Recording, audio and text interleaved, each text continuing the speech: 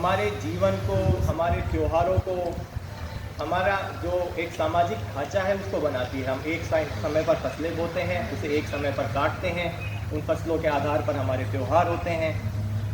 जलवायु परिवर्तन इस समय एक ऐसी समस्या बन गया है कि बरसात ज़्यादा है, गर्मी कम है, ये तो सब पेरिफेरल हो गया है। पेरिफेरल का मतलब है बाहरी हो गया है। मुद्दा ये है कि अगर ये इसी प्रकार चलता रहा तो इसकी जो असर होंगे वो हमारे त्योहारों पे, हमारे सामाजिक ढांचे पर, हर चीज़ पर पड़ेगा।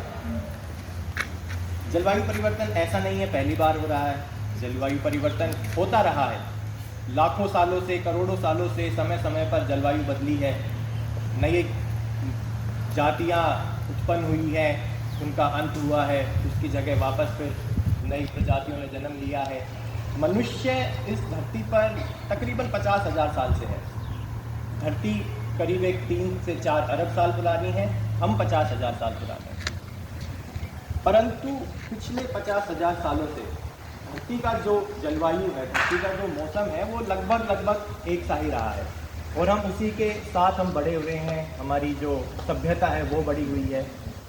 पर 1970 से, यानी कि आज से मात्र 50 साल पहले, सोचिए 50,000 सालों से जो चीज़ बिल्कुल एक ही तरीके से चल रही थी, आज से 50 साल पहले उसके अंदर इतना ज़्यादा परिवर्तन आ गया है कि हमें अंदाज़ा ही नहीं है कि आगे क्या होगा। इस बार 200% लेना, सांस बाहर लेना, अपनी बॉडी कैसे फंक्शन कर रही है, मतलब अंदरूनी ऑर्गन्स जो हैं वो कैसे काम कर रहे हैं। अगर हम सांस ले रहे हैं तो पेट की जो मांसपेशियां हैं वो खींच रही हैं, हम सांस बाहर छोड़ रहे हैं। इस सब पे पूरा ध्यान देना है। इस सब पे आप ध्यान दोगे तो आसपास में कोई चिल्ला रहा है, नहीं चिल्ला रहा है, कोई क्या कह रहा है, इससे आपका कोई लेना देना नहीं रहेगा। इसको हम माइंडफुलनेस कहते हैं।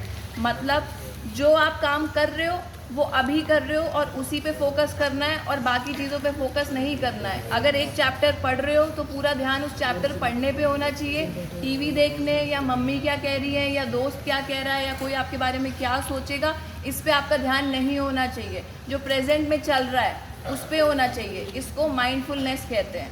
तो आप जो भी कार्य करेंगे माइंडफुलनेस के साथ करेंगे। और लास्ट छोटी छोटी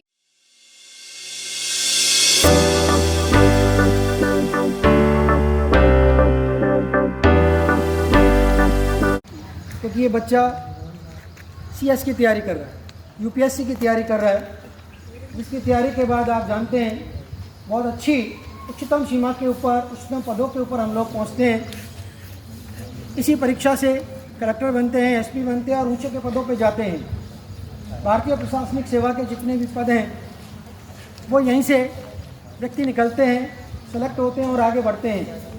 इस बच्चे को मैंने सिर्फ इसीलिए आपके बीच में बुलाया कि जब ये बच्चा साहस करके और इस परीक्षा में सहभागी होगा और ईश्वर से दुआ करें कि सफल भी हो, हमारी प्रभु से यही इच्छा रहेगी, तो आप लोग भी सफल क्यों नहीं हो सकते। अपने अंदर झांक के देखें, अपने अंदर के जज्बे को आप जगाएं। जैसा अनन्या ने भी कहा कि हम अपने आप को पहचानें। एक बार पूरी वार्ता का एक ही सार निकल के आ रहा है कि हम अपने आप को पहचानें, समझें और मनोयोग के साथ, पूरे मन के साथ आप लोग तैयारी करें।